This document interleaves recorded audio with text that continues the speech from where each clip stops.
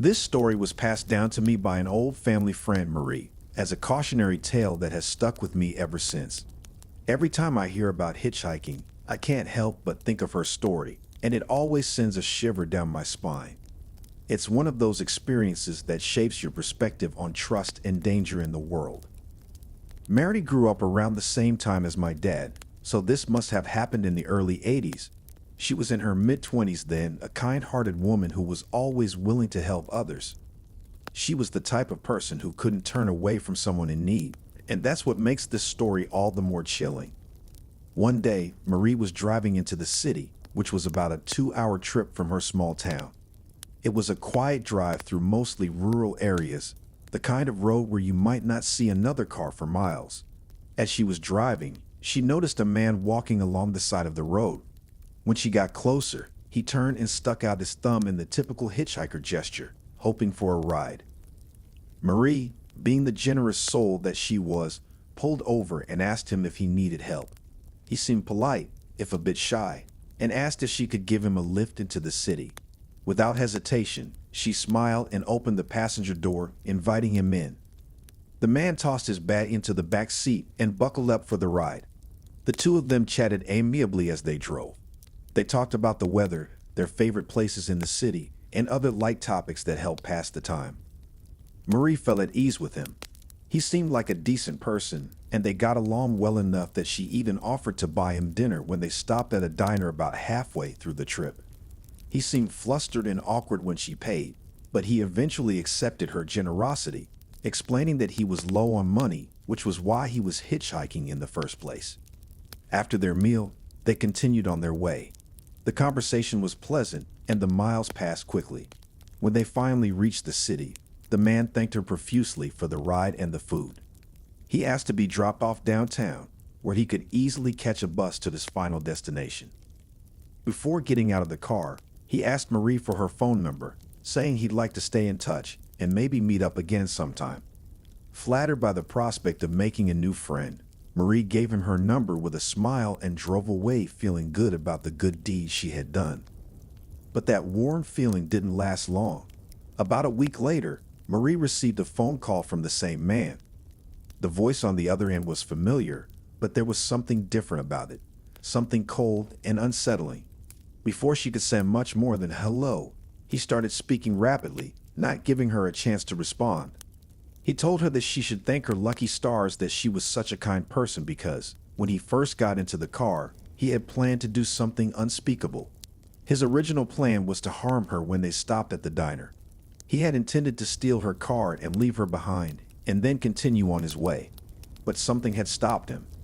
As they talked, he found himself unable to go through with it. Her kindness, her willingness to help a complete stranger, made him realize he couldn't live with himself if he did what he had planned. He confessed that he had been struggling with his dark urges for some time, but Marie's generosity had saved her life that day. His final words before hanging up were a plea. "Please, Marie, never pick up another hitchhiker." Marie never heard from him again. When she tried to redial the number, it went to a payphone, leaving her with more questions than answers. The shock of that conversation stayed with her for years, a constant reminder of how close she had come to a horrifying fate. From that day forward, Marie took his advice to heart, and she never picked up another hitchhiker. And after hearing her story, I've made the same vow. You never really know whom you're inviting into your car or what they might be capable of. If you've made it this far, you're 100% a horror fanatic, and we approve. If you love our Campfire-themed horror storytelling experience, hit that subscribe button so you don't miss out on our daily uploads. I've learned one crucial lesson from my one and only experience picking up a hitchhiker. Never do it. This incident happened on a Saturday night, around 1 in the morning. I was driving down Route 523 in New Jersey, a road I frequently use to get into town. It's a long stretch of highway surrounded by dense woods, with only a few scattered houses along the way. The road was dark and deserted, typical for that time of night in our quiet little town. As I was heading back home from a night out, I noticed a figure standing on the side of the road, illuminated by my Jeep's headlights. My heart began to race as I got closer and realized he was trying to hitch a ride. The man was in his late 20s, dressed in a light gray hoodie with the hood pulled up and blue jeans. I slowed down to get a better look at him, unsure of what to do. My instincts screamed at me to keep driving, but something compelled me to stop. Against my better judgment, I rolled down the window and asked, "Where are you heading, man?" "Just up the road," he replied in a deep, quiet tone. I hesitated for a moment, but then I nodded. "Hop in."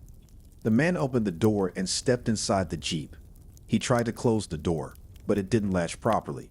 Jeep Wranglers have tight seals on the doors, so they require a good slam to close. I told him as much. The door didn't shut. "Just open and slam it real hard." He didn't respond immediately. Instead, he looked at me, then slowly turned his head to the right, almost as if he hadn't heard me. After a long pause, he finally opened the door again and slammed it shut. His slow, deliberate movements and unsettling demeanor already made me regret my decision to pick him up. I put my foot on the gas, eager to get this ride over with as quickly as possible. The speed limit on that stretch of road was 55, but I pushed the Jeep to 75, hoping to cover the distance in less time. "How far did you say you're going?" I asked, trying to break the silence that had settled between us. But instead of answering, he just stared ahead, as if lost in thought. A long, awkward silence followed before he finally spoke, "Just a few miles up." I nodded, though his vague answer didn't do much to ease my nerves. I thought about turning on the radio to fill the uncomfortable quiet, but something in my gut told me not to. The tension in the car was thick, and I couldn't shake the feeling that something was very wrong. As I drove, I noticed out of the corner of my eye that the man had turned his head and was staring directly at me. The intensity of his gaze felt like a physical weight, and it took all my willpower to keep my eyes on the road. For the next mile, I felt his stare burning into me, and I knew I had to get this guy out of my car. Finally, he turned his head away and broke the silence with a disturbing comment. "You know, I've been wondering for a while if it's worth it to keep going." Confused, I glanced at him, unsure of what he meant. He reached into his pocket and continued, "I've been carrying this knife with me for weeks now, just waiting for the right moment." He pulled out a large, red-handled knife, and my blood ran cold. I could feel my stomach drop as fear gripped me. I tried to stay calm, telling him firmly, "Put the knife away." But he didn't seem to hear me. Instead, he pointed to a sign up ahead and said, "Pull over next to that sign." My heart pounded in my chest as I slowed the Jeep and pulled over to the side of the road. I came to a stop next to a speed limit sign, my mind racing with possible ways to get out of this situation. What happened next still haunts me. The man took the knife and made a small cut on his forearm, next to 3 other scars that looked like they had been self-inflicted. He let out a low, guttural moan as he did it, and I felt sick to my stomach.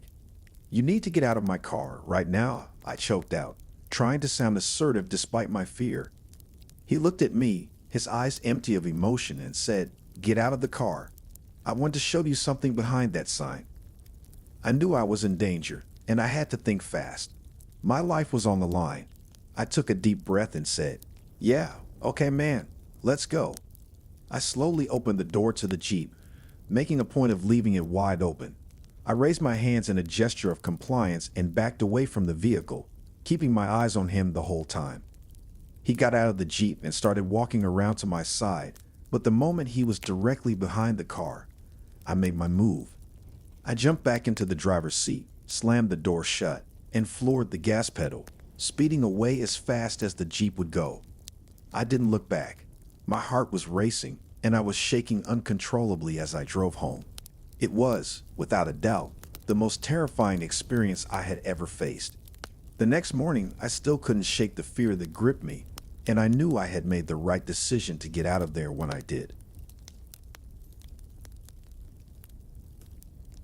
It was the summer of 2005, 3 months after I had turned 16 and got my first car, a '99 Toyota Camry. On a warm Saturday night, my friend Luke invited me to a big party at one of his friends' houses. I knew I wouldn't be in any condition to drive home afterward, so we carpooled with Luke's girlfriend, Sarah. We lived in a rural part of Virginia, where big parties were rare, so when one happened, everyone in the area showed up. The drive to the party was a short one, about 5 to 10 minutes down a winding two-lane road through the woods. The house hosting the party was small, typical of the houses in our area, but the event was held outside since the nearest neighbors were far enough away that noise wouldn't be an issue.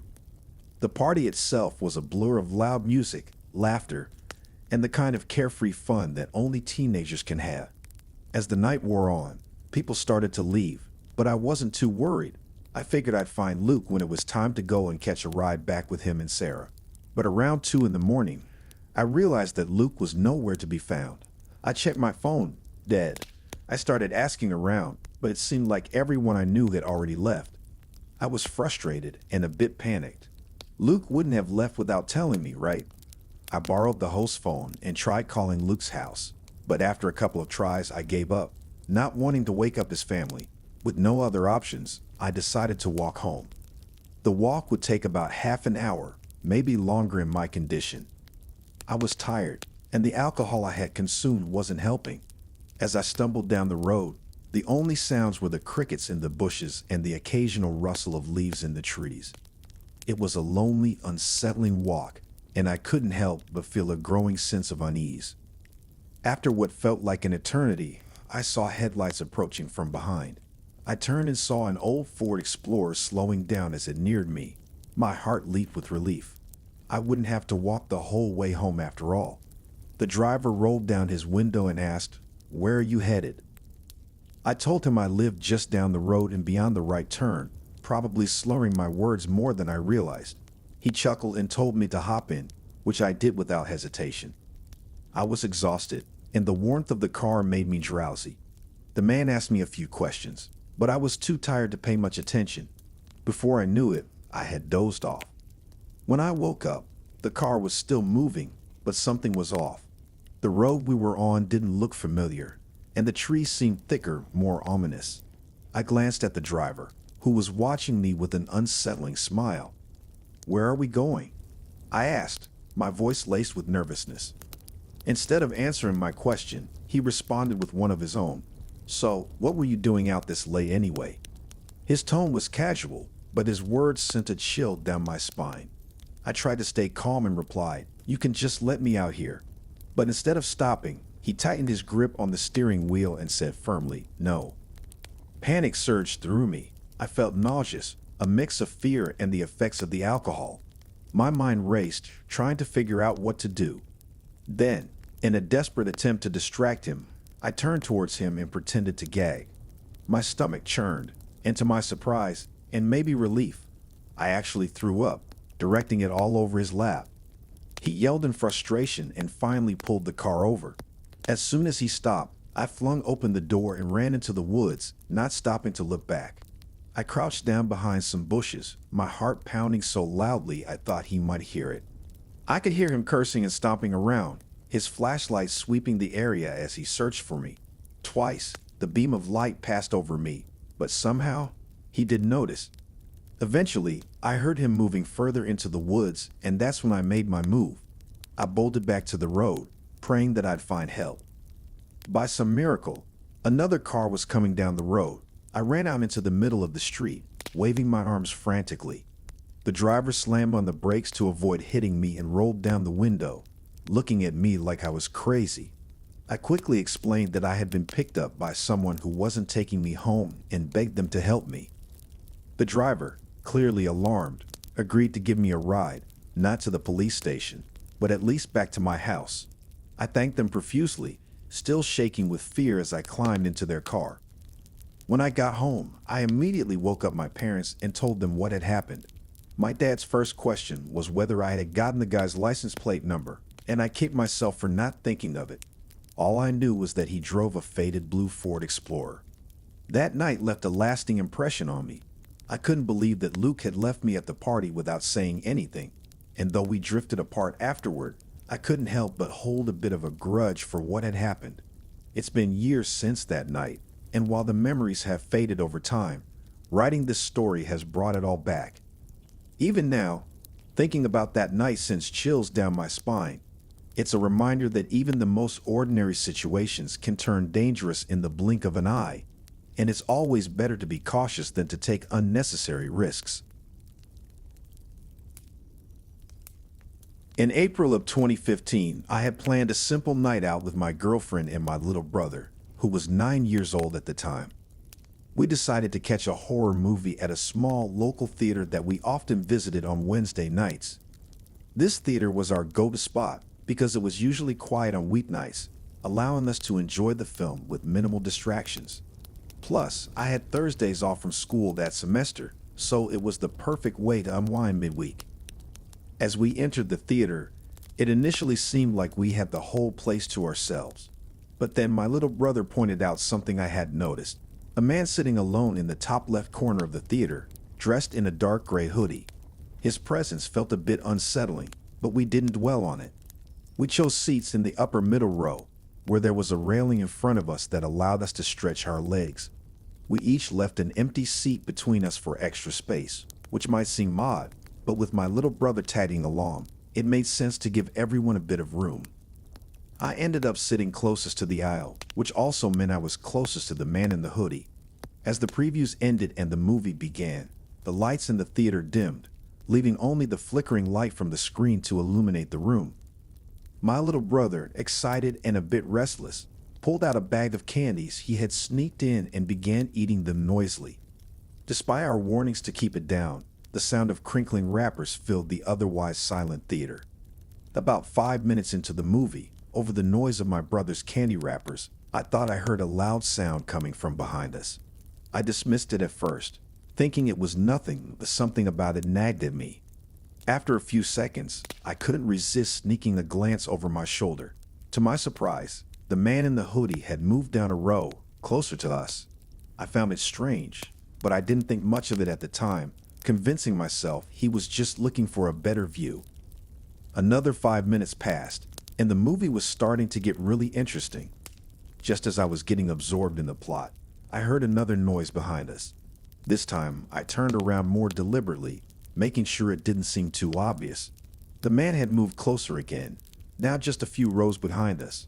I leaned over to my girlfriend, chuckling nervously, and whispered, "Don't look, but that guy keeps moving closer to the screen." She shrugged, showing little concern, and continued watching the movie. Despite trying to focus on the film, I couldn't shake the uneasy feeling that was creeping up on me. I told myself that if he moved any closer, I would have to confront him. My heart was racing, and my mind was in overdrive. But I managed to keep my eyes on the screen, though I wasn't really paying attention anymore. I could feel his gaze, or at least I imagined I could, boring into the back of my head. Another 5 minutes went by, and I could no longer ignore the nagging feeling that something was wrong. Without even hearing anything this time, I turned around out of sheer curiosity. The man was now just 2 rows behind us, and this time, he wasn't sitting at the far end of the row anymore. He had moved closer to the center, almost directly behind us. His head was tilted down, staring at his lap, though I couldn't see what he was looking at. I didn't want to know. I could feel the tension building inside me, and I was ready to say something, but I hesitated.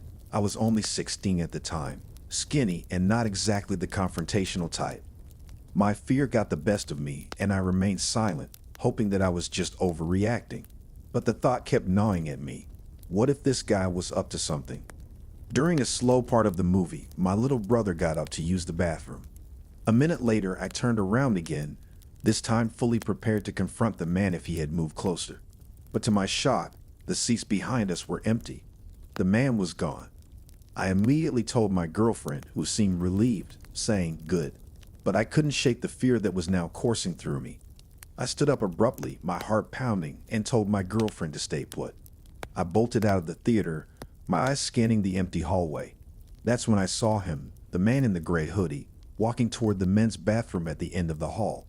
A cold wave of fear washed over me as I realized that my little brother had gone to the bathroom just a minute before. Without thinking, I sprinted down the hall, my only thought being to protect my brother. I burst into the bathroom, and what I saw froze me in my tracks. The man was on his knees, peering under the stalls, clearly searching for something or someone.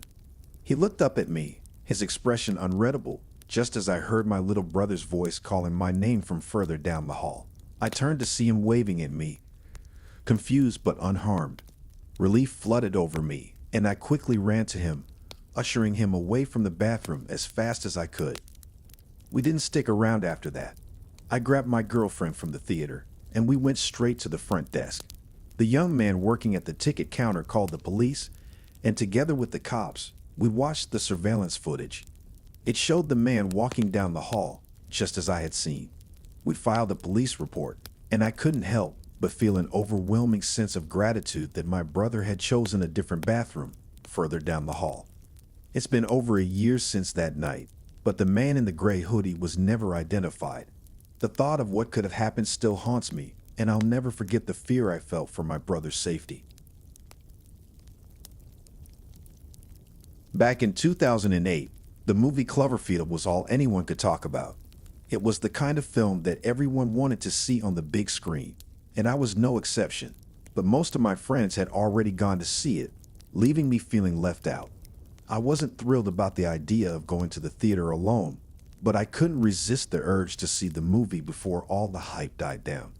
So I decided to catch a late screening at a small, nearby theater that I knew would be quiet on a Wednesday night.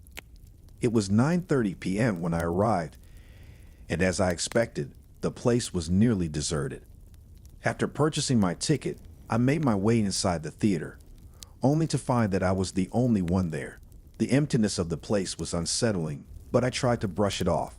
I chose a seat in the bottom row of the upper section, which was just behind a small wall that separated it from the lower section of seats. It seemed like the perfect spot, close enough to the screen for a good view, but far enough back to feel comfortable.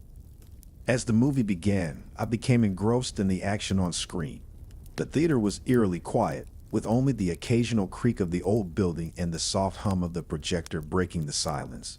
But then, during one of the quieter moments of the film, I thought I heard something, a faint sound coming from behind me. It was so soft at first that I almost didn't notice it, but as the movie continued, the sound grew louder. It was like a low, almost whispering voice, but I couldn't make out any words. I glanced over my shoulder, half expecting to see someone sitting behind me, but the seats were empty. My heart rate picked up as I turned back to the screen, trying to convince myself that I was just being paranoid. But the whispering continued, growing more distinct with each passing minute. It was as if someone or something was trying to get my attention. My unease quickly turned to fear as the whispering became more pronounced. I could no longer focus on the movie. My mind raced, trying to make sense of what was happening. Was I hearing things? Was someone playing a prank on me? I couldn't shake the feeling that I wasn't alone, even though the theater was empty. Finally, the whispering became too much to ignore. It was loud now, almost frantic, and it seemed to be coming from directly behind me. My instincts told me to get out of there, but I couldn't move. I was frozen in my seat, my eyes wide with fear as I tried to muster the courage to turn around. When I finally did, what I saw nearly made my heart stop. A figure had appeared from behind the seats just 2 rows behind me.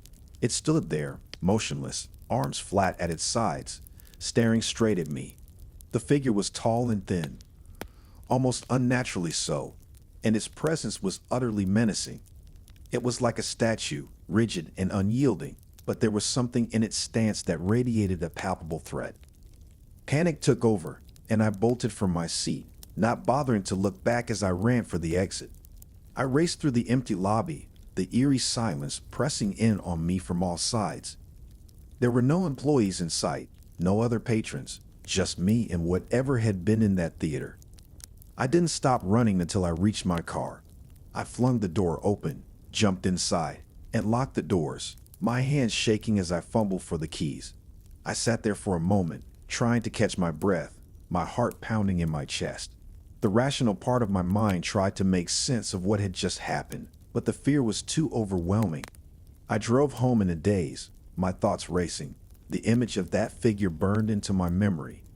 That night, I tried calling the theater, desperate to get some answers, but no one picked up. The phone rang and rang, but there was only silence on the other end. I didn't bother calling the next day. Instead, I tried to push the experience out of my mind, convincing myself that it was just a trick of the light, or maybe my imagination running wild. But deep down, I knew that what I had seen was real. To this day, the memory of that night sends shivers down my spine. The theater, the whispering, the figure. It's a nightmare that I can't seem to shake. And the worst part, I'll never know what it was or why it chose to reveal itself to me in that dark, empty theater. One of my first jobs was working at a movie theater in Huntington, a small town on Long Island. I was 16 at the time, and while the job wasn't exactly glamorous, it was a decent gig for a teenager. I spent most of my shifts selling tickets, sweeping floors, and dealing with the occasional difficult customer. Working at the theater had its perks. I got to see movies for free, and I made a few friends among my coworkers. But like any job that involves dealing with the public, it had its downsides too. And there was one night in particular that still haunts me to this day.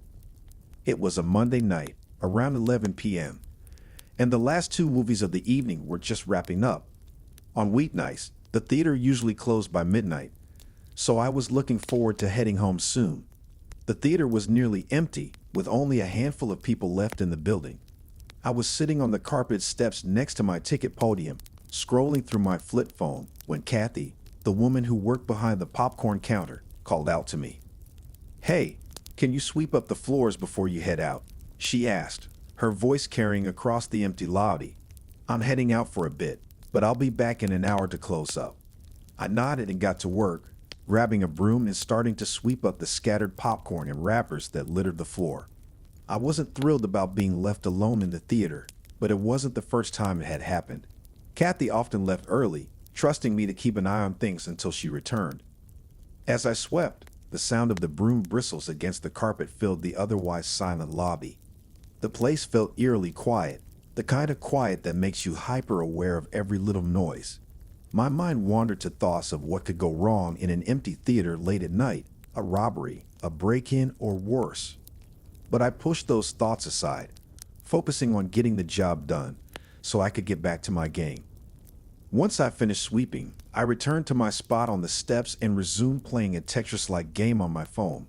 The minutes ticked by slowly, and I found myself glancing at the door every few seconds, hoping Kathy would come back soon. Then suddenly, the front door to the theater swung open with a loud bang. I looked up, startled, my eyes locked on the doorway that led to the lobby. For a moment, no one appeared, and the tension in the air was almost unbearable. Then a man walked in, a middle-aged guy with a big, brown, faded jacket. His eyes met mine, and I felt a chill run down my spine. There was something about him that immediately put me on edge. "We're closing up," I said, trying to keep my voice steady. "You need to leave." The man didn't respond right away. Instead, he just stared at me, his expression unreadable. Finally, he mumbled something under his breath, but the only words I could make out were, "Is Kathy here?" I shook my head, trying to appear confident even though my heart was racing. "She's not here right now," I said, hoping he would take the hint and leave. But he didn't. Instead, he mumbled something else, then said, "I'm just gonna sit over there for a while." Before I could protest, he walked over to a bench on the other side of the lobby and sat down, his eyes still fixed on me. I didn't know what to do. Confrontation wasn't my strong suit, and the last thing I wanted was to provoke this guy. So I did the only thing I could think of. I pretended to be engrossed in my phone, hoping he would get bored and leave.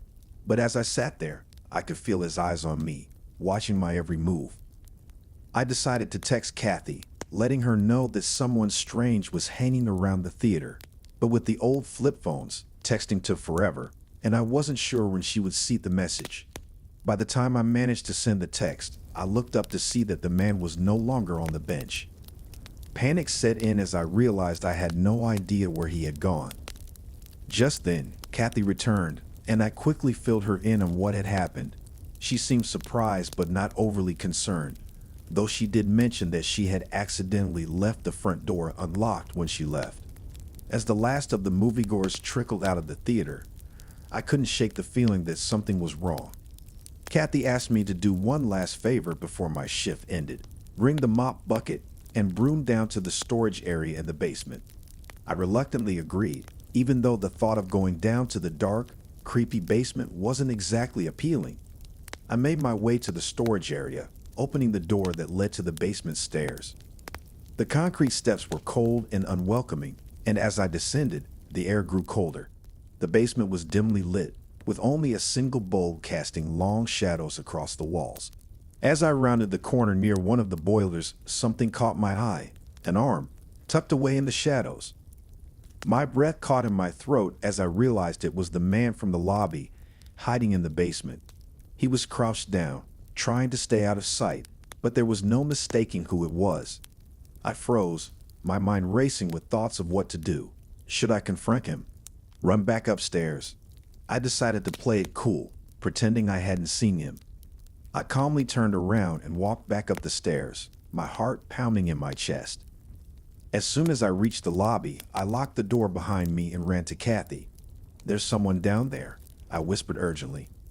Kathy's face paled, and she quickly checked the surveillance cameras. The footage showed the man getting up and leaving the theater after I had gone to hide from him. Kathy let out a sigh of relief, but her expression changed when she realized who it was. "That's my ex-husband," she said, her voice shaking. My heart dropped at her words. Suddenly, everything clicked into place. The man's strange behavior, his question about Kathy, his presence in the basement. I felt a surge of fear as I realized just how dangerous the situation could have been. Kathy grabbed her phone and dialed a number, not 911, but her ex-husband's number. As soon as he picked up, she began to panic, and I could hear the fear in her voice. She quickly hung up and called the police, explaining the situation to them in a rushed, frantic tone. When she hung up, she turned to me, her eyes wide with terror. "We need to get out of here," she said, tugging me toward the exit. We left the building and waited outside for the police to arrive. Minutes later, 2 squad cars pulled up, their sirens blaring. The officers stormed into the theater, and when they came out, they had a man in cuffs. A man who looked like he had stepped out of an old gangster movie, complete with a fedora and a scowl. Kathy never returned to work after that night, and I never got the full story of what happened between her and her ex-husband. But the incident left a lasting impression on me. For a while, I was the talk of the theater, the guy who had witnessed something straight out of a horror movie. But the truth is, I was just relieved that nothing worse had happened. To this day, I can't walk past that old theater without feeling a sense of unease. The memories of that night still linger, a reminder that sometimes the scariest things are the ones that lurk in the shadows, just out of sight. I was 14, and my friend Sam was 15. We had been friends for as long as I could remember, and we often spent weekends at each other's houses. One night, Sam invited me over to his place for a sleepover. It was a typical Friday night, and we were excited to spend the evening playing video games and just hanging out. Sam's mom was working late, and his dad had gone to the gym, leaving the two of us alone in the house. The house was quiet, except for the faint hum of the refrigerator in the kitchen and the occasional creak of the old wooden floors under our feet. We were upstairs in Sam's room, engrossed in a particularly intense game, when we first heard it, a faint scratching noise, like something dragging across the floor. At first, we didn't think much of it. Sam's dog, a large golden retriever, often made noise as it moved around the house. We figured it was just the dog scratching at the door or shifting its weight on the floor, so we continued playing, trying to ignore the faint sense of unease that was beginning to creep in. A few minutes later, we heard the noise again, this time accompanied by a soft, almost imperceptible thud. We paused the game and listened carefully, exchanging uneasy glances. The noise was coming from somewhere downstairs, but it was so faint that it was hard to pinpoint exactly where. We decided to check it out, more out of curiosity than concern, but when we stepped into the hallway, we found the dog lying quietly outside Sam's parents' room, its head resting on his paws, completely undisturbed. Whatever was making the noise, it wasn't the dog. A cold chill ran down my spine as we made our way back to Sam's room. We tried to convince ourselves it was nothing, maybe just the house settling or a draft. But as we sat back down to resume our game, the noises started again, louder this time. The scratching was more pronounced, almost as if something or someone was deliberately trying to get our attention. The banging followed, a low, rhythmic thud that sent vibrations through the floorboards. Our initial curiosity turned into genuine fear. Sam grabbed a flashlight from his nightstand and handed it to me, then reached under his bed and pulled out a small, sharp knife he kept for protection. I followed suit, grabbing a similar knife from his desk drawer.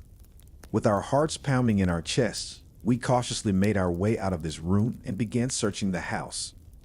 We started upstairs, checking each room carefully. The hallway was dimly lit, and the shadows seemed to stretch and flicker as we moved. We checked Sam's parents' room, the bathroom, and the spare bedroom, but everything seemed normal. The dog continued to lie quietly in the hallway, its tail thumping lazily against the floor as it watched us. When we reached the top of the stairs, we paused, listening intently. The noises had stopped for the moment, but the silence felt thick, almost oppressive. We descended the stairs slowly, our flashlights cutting through the darkness as we moved from room to room. The living room was empty, the kitchen spotless, and the dining room undisturbed, but the sense of unease lingered, growing stronger with each passing second. Finally, we reached the back door that led to the backyard. The door was locked, and the heavy wooden frame seemed undisturbed. Sam hesitated for a moment, then slowly unlocked the door and pushed it open. The night air was cool, and the backyard was bathed in the faint glow of the moonlight. We stepped outside, our flashlights sweeping across the yard. The fence loomed tall and sturdy, enclosing the yard on all sides. Beyond the fence, the ground dropped off steeply into a ravine, making it nearly impossible for anyone to approach the house from that direction. Despite our fear, we decided to search the backyard. We started by checking the area near the fence, moving slowly and carefully. The grass was damp underfoot, and the air was thick with the scent of earth and foliage. We scanned the fence, looking for any signs of disturbance, but everything seemed normal. As we moved toward the back of the yard, I noticed something that made my blood run cold. Near the fence, where the drop-off was the steepest, there were faint footprints in the grass. They were fresh, and they led straight to the fence, stopping abruptly at the edge. My mind raced as I tried to make sense of what I was seeing. Had someone climbed the fence? But how? And why? I motioned for Sam to come over, and he froze when he saw the footprints. We both stood there, staring at the ground in disbelief. The realization that someone had been in the yard, so close to the house, filled us with a sense of dread. Suddenly, we heard a rustling noise behind us. We whipped around, shining our flashlights toward the source of the sound. For a moment, we saw nothing but darkness, but then our beams of light caught something, a figure, dressed in all black, standing near the edge of the yard, partially obscured by the shadows of the trees. The figure was completely still, watching us. Panic surged through me, and before I could think, I screamed, "Run!" We bolted back into the house, slamming the door behind us and locking it. My hands were shaking as I fumbled for my phone and called 911. Sam stood by the window, peering out into the darkness, his face pale with fear. The police arrived within minutes, but by the time they searched the yard, the figure was gone. The officers checked the perimeter of the house and the surrounding area but found nothing. They assured us that it was probably just a prank or a trespasser, and they told us to call them again if we heard anything else. We thanked them, but the reassurance did little to ease our nerves. Sam's parents returned home shortly after, and we told them what had happened. They were concerned but tried to downplay the incident, suggesting that it was just a random person who had gotten too close to the house. They instructed us to stay inside and to sleep downstairs, where we would be safer in case anything else happened. We tried to settle down, but sleep was impossible. Every creak of the house, every gust of wind outside, made us jump. We stayed up for hours, sitting on the couch with the dog at our feet, our eyes darting to the windows at every sound. The sense of dread was overwhelming, and the memory of that figure in the yard haunted us. About an hour later, just as we were starting to relax, Sam suddenly sat up, his eyes wide. "Did you see that?" he whispered. I turned to him, confused. "See what?" I asked. He pointed to the window, his hand trembling. "A light," he said. Someone just shone a light through the window over the fence. I felt a chill run down my spine. I turned to look at the window, and a second later I saw it too. A beam of light, faint but unmistakable, shining through the glass. My heart pounded in my chest as we grabbed our flashlights and knives once again. We knew we had to call the police, but the fear of what might happen in those few minutes before they arrived was paralyzing. I finally mustered the courage to dial 911 again, my voice trembling as I explained what was happening. The dispatcher assured me that officers were on their way, but the minutes felt like hours as we waited.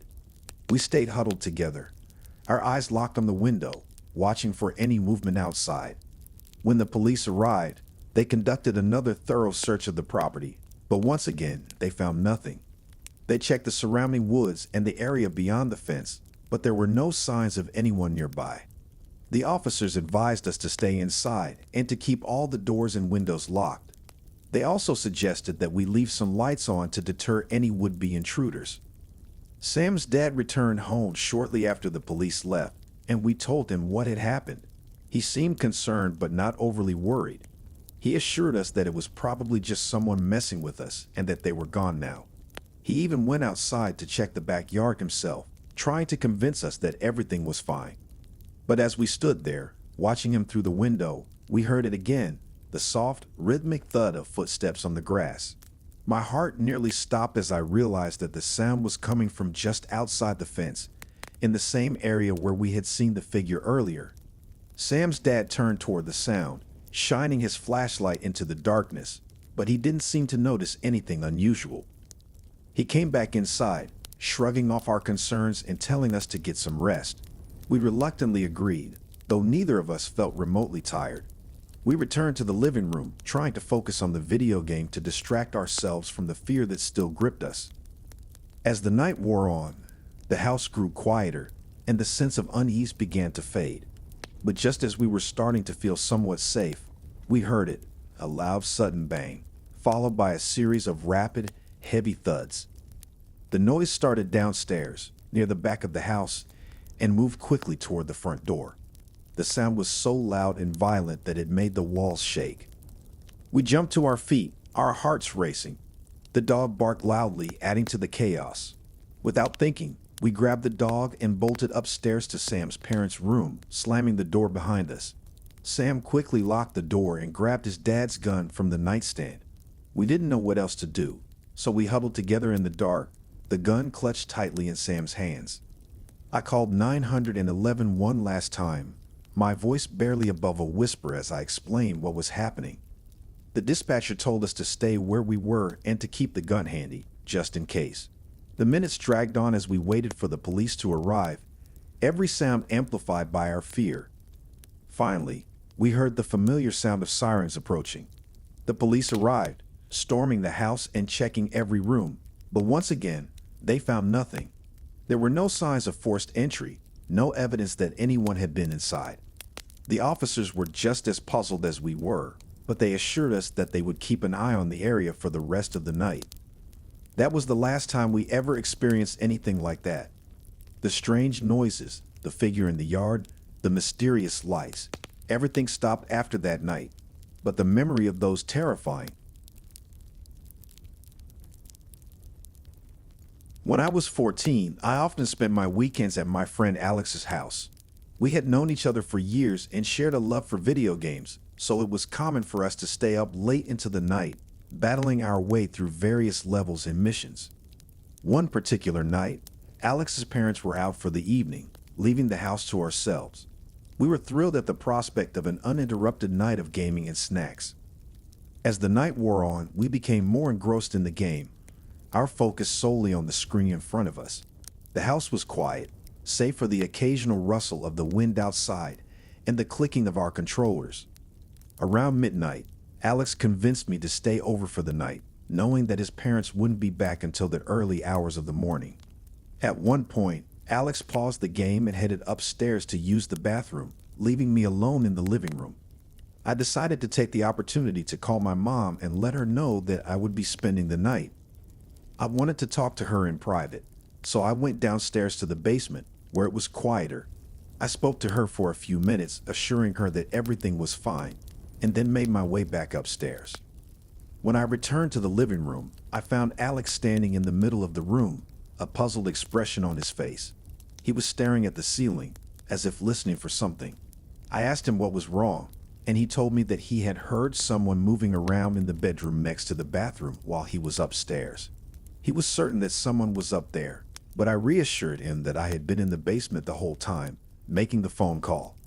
Despite my reassurance, Alex couldn't shake the feeling that something was wrong. He asked me to come upstairs with him to check it out. Reluctantly, I agreed, and we made our way up the stairs, our footsteps echoing in the quiet house. When we reached the door to the bedroom, Alex hesitated, pressing his ear against the wood. We stood there for a moment, listening, but the house was silent. Finally, Alex slowly pushed the door open and we peered inside. The room was dimly lit by the glow of a street lamp outside, casting long shadows across the floor. We scanned the room, our eyes darting to every corner, but there was nothing out of place.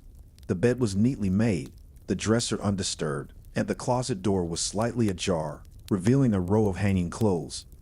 Everything seemed normal, but the uneasy feeling lingered. We left the room and returned downstairs, trying to brush off the experience as paranoia.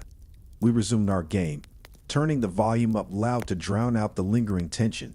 But even as we tried to focus on the screen, we couldn't shake the feeling that something wasn't right. A few minutes later, as we were waiting for the next level to load, we heard it, a faint, muffled grunt, coming from somewhere upstairs. We both froze, staring at each other in disbelief. The sound was unmistakable, and it sent a wave of fear through us. Alex quickly muted the TV, and we listened intently, our ears strained to catch any further noise. But the house had fallen silent once again. "What do we do?" I whispered, my voice barely audible. Alex's eyes were wide with fear, but he managed to keep his composure. "We need to get out of here," he whispered back, quietly. "We'll go through the back door. It's quieter." I nodded, and we carefully made our way to the back door, trying to make as little noise as possible. The house seemed to close in around us, the walls pressing in as we moved through the darkened rooms. My heart pounded in my chest as we reached the door and slowly turned the handle, easing it open without a sound. Once outside, Alex quickly pulled out his phone and dialed 911, his voice trembling as he explained the situation to the dispatcher. I stood next to him, my eyes locked on the window of the bedroom upstairs. For some reason, I couldn't look away. My fingers fumbled as I turned on the flashlight on my phone and aimed it at the window. For a moment, nothing happened. The window remained dark and still, reflecting the faint light of the street lamp.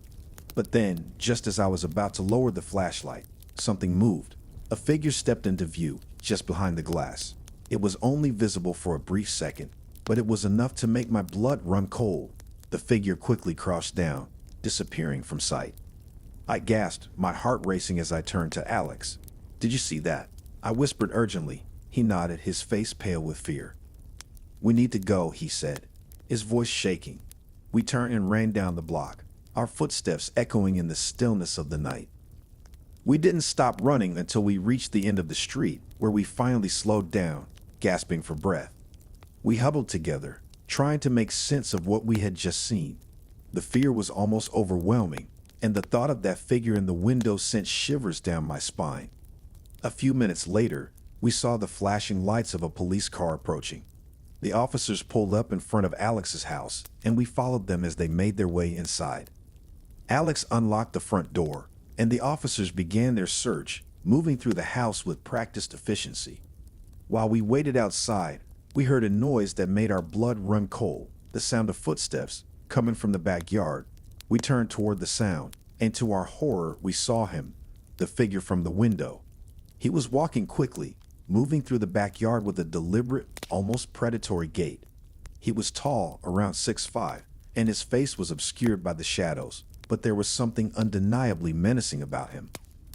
We screamed for the officers to come outside, but by the time they reached us, the man was gone. The officers searched the backyard and the surrounding area, but there was no sign of him. It was as if he had vanished into thin air. When the officers returned inside, they discovered that the bedroom had been disturbed. A large cloth bag had been pulled out from under the bed, and several articles of clothing were missing. There was also cash missing from a desk drawer, and the desktop computer had been turned on, though nothing appeared to have been taken from it. The officers were puzzled by the incident, but they assured us that they would keep an eye on the area and that we should call them if anything else happened. We never saw or heard of that man again, but the memory of that night has stayed with us. a constant reminder of the terror we felt.